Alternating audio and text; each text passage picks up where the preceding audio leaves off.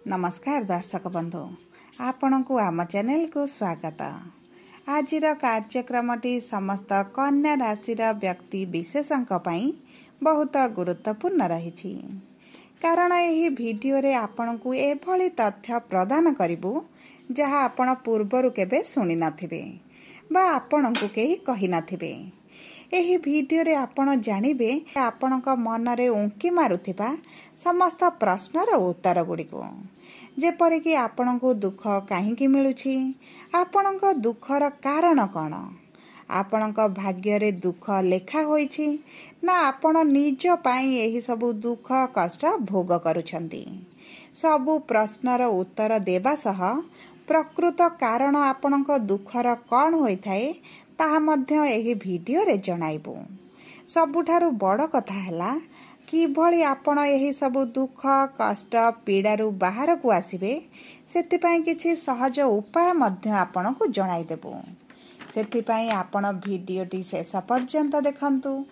एबे चलंतु कार्यक्रमटी को आगो को बढ़ाइबा, किंतु वीडियोटी आरंभ करिबा पूर्वरु जदि आपणकर भी कन्या राशि होइथाए एवं आपण भी ईश्वर को आंतरिक भक्ति एवं विश्वास करंती, तेबे वीडियोटी लाइक करंतु। कमेंट बॉक्स रे जय जगन्नाथ जय मां लक्ष्मी अवश्य लिखि दियंतु। ता सहित आपणक मनरे जहाँ भी प्रश्न रहिछि, जहाँ भी द्वंद्व रहिछि, आपण कमेंट बॉक्स रे लिखि जणांतु। आमे आपणक प्रश्नर उत्तर देबा पई यथा संभव प्रयास करिबु। देखंतु विलंब हेले मध्य आपणक प्रश्नर आमे निश्चित उत्तर देबु। ता सहित दर्शक बंधु जानी रखंतु जे वीडियोर मध्य भाग रे आम सह जोगाजोग करिबा पई एक व्हाट्सएप नंबर टी दिया जाइछि, जे नंबर सहायता रे आपण आम सह जोगाजोग करी निजर नूतन कुंडली प्रस्तुत करि परिबे किंबा आपणकर कुंडली को विश्लेषण कराई परिबे। ता सहित आपणकर चाकरी विवाह प्रेम संपर्क को नहीं जदि किछि समस्या रहिछि ताहा मध्य समाधान करि परिबे। विशेष भाव में आपण जदि विवाह पई जातक मेलन करबा को चाहुचंती ताहा मध्य आम सह जोगाजोग करि परिबे। सेतिपई आम सह वीडियोर शेष पर्यंत जोड़ी होई रुहंतु एवं व्हाट्सएप नंबर माध्यम रे आम सह जोगाजोग करी आपणकर समस्या गुड़िकर समाधान करंतु। एबे चलंतु कार्यक्रमटी को आगो को बढ़ाइबा एवं जानिबा कन्या राशि व्यक्ति मानक विषय रे किछि अप्रिय सत्य। देखंतु कन्या राशि स्वामी हेउचंती प्रभु बुध, जी हेउचंती विद्या बुद्धि ज्ञान एवं वाणीर कारक ग्रह। सेतिपई एही व्यक्ति माने बहुत चतुर स्वभावर होइथांती एवं सबु समस्या को निज बुद्धि बल लगाई जेकोनोसी उपाय समाधान मध्य करि देइथांती एवं सेमाने लोकन को देखी चिन्नी भलरे परखिबा सारिबा परे निज बंधुत्व को आगो को बढ़ाई थांती।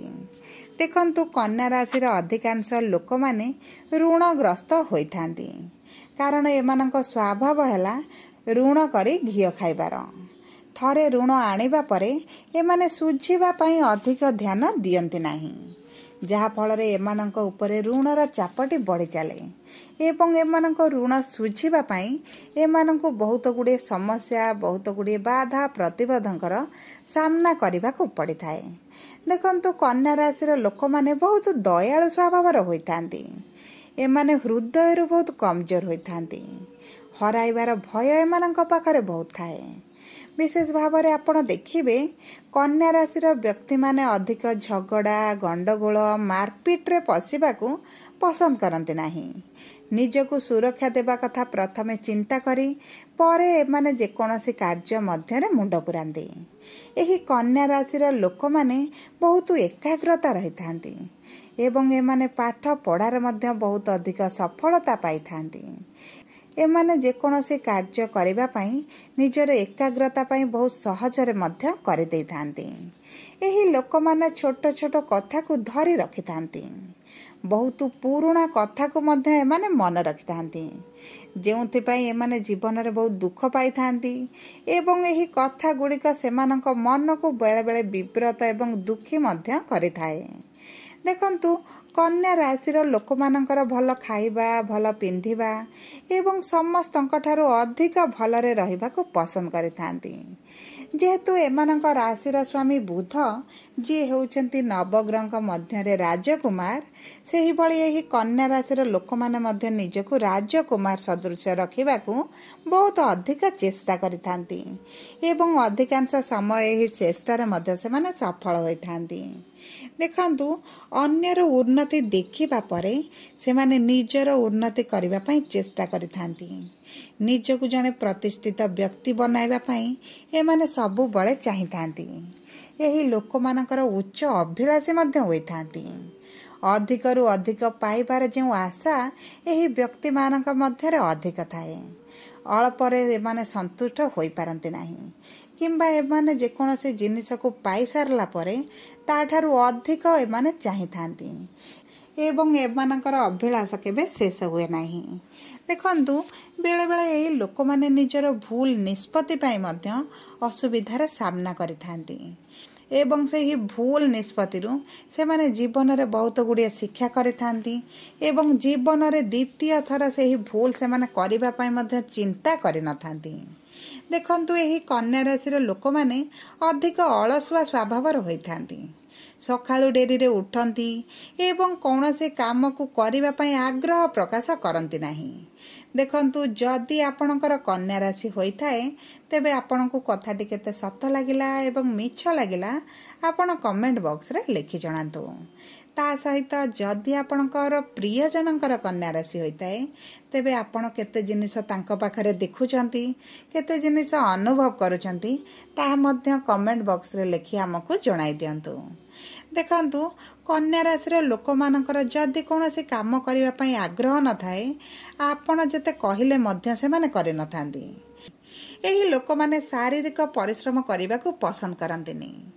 ସେଥିପାଇଁ ଏମାନେ ବସି ରହି ଯେଉଁ କାର୍ଯ୍ୟ କରିବାକୁ ଦେବେ ସେହି କାର୍ଯ୍ୟକୁ ଏମାନେ ଆଗ୍ରହର ସହ କରିନିଅନ୍ତି।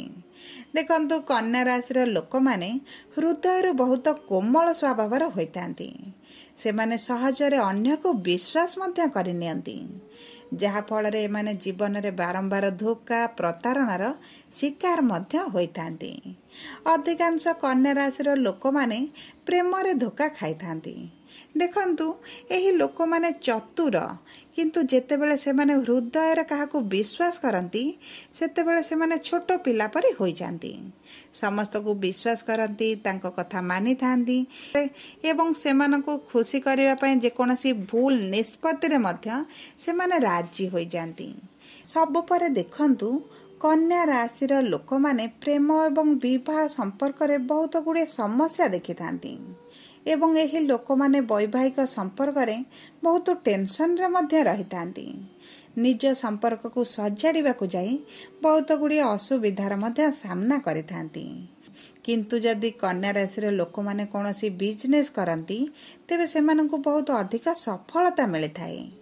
ନିଜର ବୁଦ୍ଧି, ଜ୍ଞାନ, ବଳ ଲଗାଇ ଏମାନେ ସେହି ବିଜନେସ୍କୁ ବହୁତ ଉପରକୁ ମଧ୍ୟ ଉଠାଇଥାନ୍ତି ଏବଂ ଉନ୍ନତି କରିବା ଆରମ୍ଭ କରିଥାନ୍ତି। ଦେଖନ୍ତୁ, ଆପଣଙ୍କର ରାଶିର ସ୍ୱାମୀ ହେଉଛନ୍ତି ବୁଧ ମହାରାଜ। ସେଥିପାଇଁ ଆପଣ ପ୍ରଭୁ ଗଣେଶଙ୍କର ପୂଜାର୍ଚ୍ଚନା କରନ୍ତୁ। ଦେଖନ୍ତୁ, ବୁଧବାର ଦିନ ଆପଣ ଚେଷ୍ଟା କରନ୍ତୁ ଗଣେଶଙ୍କ ମନ୍ଦିର ଯିବା ପାଇଁ ଏବଂ ସେଠାରେ ପ୍ରଭୁ ଗଣେଶଙ୍କୁ ଲଡ଼ୁ ଭୋଗ କରିବା ପାଇଁ। ଆପଣ ଯଦି ଶିବ ମନ୍ଦିର ଯାଆନ୍ତି ଏବଂ ସାଙ୍ଗରେ କିଛି ଦୁବ ଅରୁଆ ଚାଉଳ ନିଅନ୍ତୁ ଏବଂ ଶିବ ମନ୍ଦିରରେ ଯେଉଁ ଗଣେଶ ଭଗବାନ ଅଛନ୍ତି ତାଙ୍କର ପୂଜାର୍ଚ୍ଚନା କରନ୍ତୁ।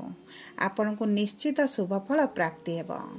ତା ସହିତ ଯଦି ଆପଣଙ୍କର କନ୍ୟା ରାଶି ହୋଇଥାଏ ତେବେ ଭିଡ଼ିଓଟି କିଭଳି ଲାଗିଲା ଆପଣ କମେଣ୍ଟ ବକ୍ସରେ ଲେଖି ଜଣାନ୍ତୁ।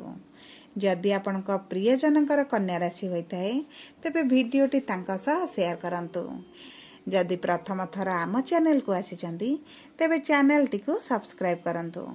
ପାଖରେ ଥିବା ବେଲ୍ ଆଇକନକୁ ପ୍ରେସ୍ କରନ୍ତୁ।